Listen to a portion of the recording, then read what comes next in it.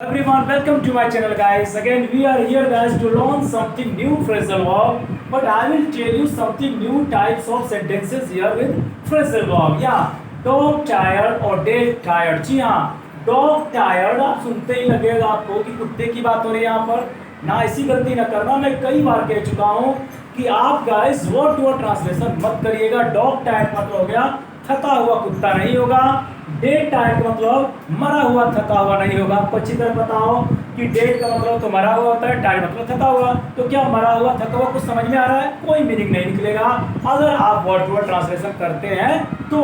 लेकिन मेरी क्लास में आपको मैं चीजें बताता हूँ, सेंसिबल इंग्लिश सिखाता हूँ, जिससे आप सेंस को कैच करें और उसके रियल मीनिंग को समझे कि उसके पीछे का रहस्य क्या है, क्या मिस्ट्री है गाइस। ओके, तो यहाँ पे डॉग टायर्ड बोलिए या डेड टायर्ड बोलिए, दोनों का मतलब होता है बहुत बुरी तरह थक जाना। बोलते हैं यार थक के चूर हो गया हूँ मैं, आज कुछ कर भी नहीं पाऊंगा, मैं यहाँ तक कि खाना भी नहीं खा पाऊंगा।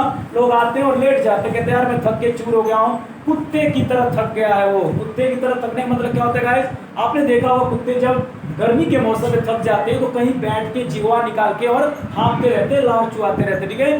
तो उसी तरह का थकने का सेंस है बहुत बुरी तरह थक जाना, उसे बोलते हैं डॉग टायर्ड, या फिर बोल सकते हैं डेड टायर्ड, मरे हुए जैसा पड़ जाना। अब मरे हुए जैसा पड़ने मतलब क्या? कुछ भी कर नहीं पाओगे। जैसे मानो कि मर ही गए हो, कोई हिलाए गए जग जाओ है जगो, नहीं जग पाते हैं। अक्सर आपके साथ भी शादी विवाह में तो पक्का होता होगा, गांव की बात कर रहा हूं मैं, ठीक है। इतना काम करते हैं लोग, इतना काम करते हैं, कई दिनों से दौड़ते हैं। जैसे शादी खत्म होती है, जब सोते हैं तो पता ही नहीं चलता कितने दिन बाद उठेंगे वो। तो गाइस यहाँ पे सेंस तो आपको समझ में आ गया होगा। अब इसको सेंटेंस में कैसे इस्तेमाल करें वो देखते हैं जरा यहाँ पे, ठीक है guys. I have written here the first sentence.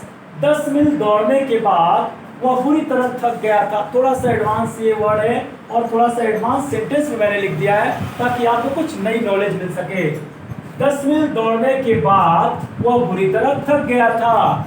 यहां से लेके यहां तक जो सेंटेंस है हैविंग पे हम बनाएंगे, ठीक है। हैविंग, रन की थर्ड फॉर्म तो आपको पता है कि रन ही होती है गाइस। रन रन फिर हो जाता है। Having run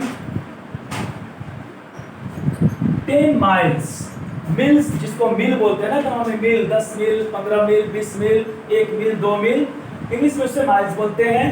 having run 10 miles,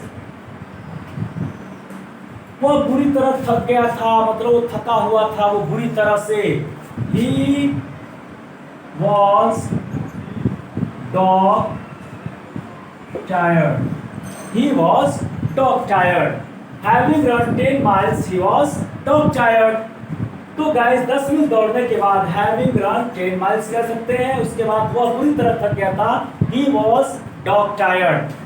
तो ये रहा आपका, यहाँ पे आप कॉमा का इस्तेमाल कर सकते हैं क्योंकि यहाँ पर एक मैंने अलग से क्लोज बना दिया है, यहाँ पे अलग से क्लोज बना दिया है, तो आप यहाँ पे इस्तेमाल कर सकते हैं। इंग्लिश में having run 10 miles he was dog tired. Dog की जगह आप चाहे तो डेड टायर्ड का इस्तेमाल कर लीजिएगा, इट्स अप टू यू। आइए देखते हैं यहाँ पे, मेरा बेटा बहुत बुरी तरह थक गया है, अब वो हिल भी नहीं सकता। थक गया है मतलब थका हुआ है अभी भी, ठीक है। उसके कंडीशन को बताया जा रहा है। आप ये मत सोचिएगा कि सेंटेंस को हम प्रेजेंट परफेक्ट में बनाने की कोशिश, ऐसी गलती मत करिएगा। थक गया है मतलब उसकी कंडीशन को, उसकी सिचुएशन को बताया जा रहा है। उसकी स्थिति क्या है कि वो बहुत बुरी तरह थका हुआ है, अभी भी है, ठीक है। यानी कि कंडीशन प्रेजेंट में बताई जा रही है। भले यहाँ पे आप गया है, कुछ भी कर ले चुका है, थक चुका है, थक गया है, तो आप उसको एक्शन की तरह इस्तेमाल नहीं कर सकते। ध्यान समझिए, मैंने कहा कि कुछ एडवांस चीजें इसमें भी है, आप सीख सकते हैं। जरूर आप इसका इस्तेमाल कहीं भी कर लीजिएगा।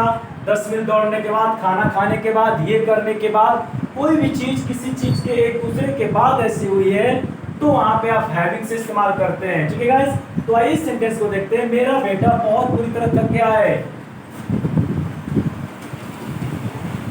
माई सन इज डॉग टायर्ड। मुझे तो ये अच्छा लगता है, डेड टायर्ड इस्तेमाल कर सकते हैं। यहाँ पे मैं लिखना नहीं चाह रहा हूँ, एक बार मैंने लिख दिया है, दोनों में से कोई भी आप लिखिए, डॉग लिखिए या डेड लिखिए। माई सन इज डॉग टायर्ड, मेरा बेटा थक गया बहुत के लिए। आप वेरी डॉग टायर्ड मत कर दीजिएगा। डॉग टायर्ड का मतलब ही होता है कि पूरी तरह, बहुत बुरी तरह, एकदम कहते हैं ना कि थक के चूर हो जाना, एकदम हिम्मत नहीं करना, कुछ भी आप बोलिए हिंदी में। इंग्लिश आपका यही दोनों में से कोई एक इस्तेमाल करेंगे। बहुत के लिए वेरी वेरी का इस्तेमाल नहीं करना है, उसी सेंस में सब कुछ आ जाता है। इससे मैंने जानबूझकर इसमें लिखा है, ठीक है। मेरा बेटा बहुत बुरी तरह थक गया, मतलब मेरा बेटा थका हुआ है अभी भी। माई सन इज डॉग टायर्ड। अब वो हिल भी नहीं सकता, एकदम थक गया है, वो हिल भी नहीं सकता।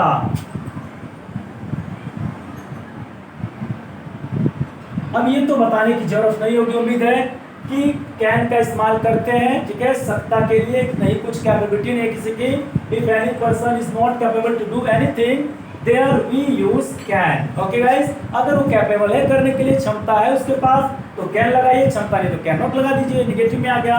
ही can not even move. Even का इस्तेमाल क्यों मैंने किया? हिल भी नहीं सकता, भी के सेंस में, मतलब कि और तो छोड़ो, जगने का तो छोड़ो, कुछ करने का तो छोड़ो, बोलने का तो छोड़ो, वो हिल भी नहीं सकता। इवन का इस्तेमाल होता है। एक और नई बात आपको शायद मालूम चली हो, अगर आप पहले जानते हो तो अच्छी बात है, अगर नहीं जानते हैं तो याद रखिएगा। भी के सेंस में और कौन सा भी, यानी कि हिल भी नहीं सकता, खा भी नहीं सकता, मेरे पास ₹1 भी नहीं है, समझ रहे हैं ना, इस तरह के सेंस में भी के लिए इवन का इस्तेमाल करते हैं। Okay guys, my son is dog tired, he can not even move. वो हिल भी नहीं सकता, वो हिल भी नहीं सकता, ही कैन नॉट इवन मूव। तो गाइस मैंने यहाँ पे 2 सेंटेंस लिखे हैं।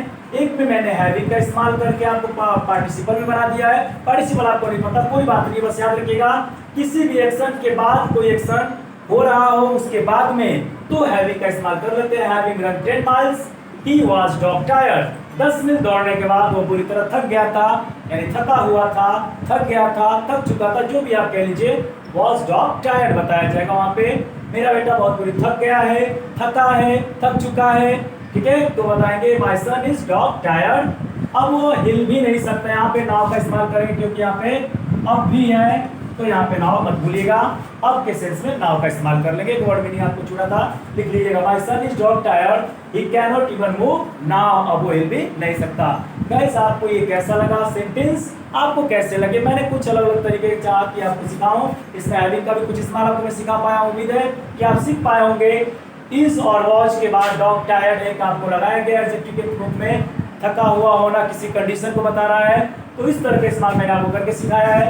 ये दोनों वर्ड आप याद रखिएगा। जब भी आप थक जाए ना काम करके, तो मम्मी पापा बोले कि थोड़ा ये ला दो, वो कर दो, मम्मा I am dog tired, can't do anything. मम्मा मैं बहुत बुरी तरह थक चुका हूँ, आई कांट डू एनीथिंग, मैं अब कुछ भी नहीं कर सकता। आप इस तरह के और भी सेंटेंस बना सकते हैं और बोल भी सकते हैं। अक्सर आप बहाने भी कभी कभी करते हैं, नहीं भी थके होते हैं, फिर भी झूठ बोलते हैं कि यार बहुत बुरी तरह था, मैं कुछ नहीं कर पाऊंगा मम्मा, सॉरी फॉर दैट, मैं कुछ नहीं कर पाऊंगा। आप पर सच में थके रहेगा तो बोलिएगा। ओके गाइस, तो मिलते हैं नेक्स्ट ऐसे कुछ मजेदार सेंटेंसेस, कुछ मजेदार वर्ड्स के साथ, फ्रेजल वर्ड के साथ, जो आपको बहुत सारी चीजें सिखा जाएगा। उम्मीद है गाइस आपको पसंद आया होगा। पसंद आया तो जरूर लाइक करिएगा, शेयर करिएगा, सब्सक्राइब कर लीजिएगा अगर नए हैं मेरे चैनल पे, और अपने दोस्तों के साथ भी जरूर साझा करिएगा, ताकि आपके दोस्त के साथ आप इंग्लिश धड़ल्ले से बोल पाए, फ्लुएंटली बोल पाए, ये सारे कॉन्सेप्ट के साथ। तो मिलते हैं नेक्स्ट वीडियो में, तब तक के शुक्रिया, God bless you, take care, thank you.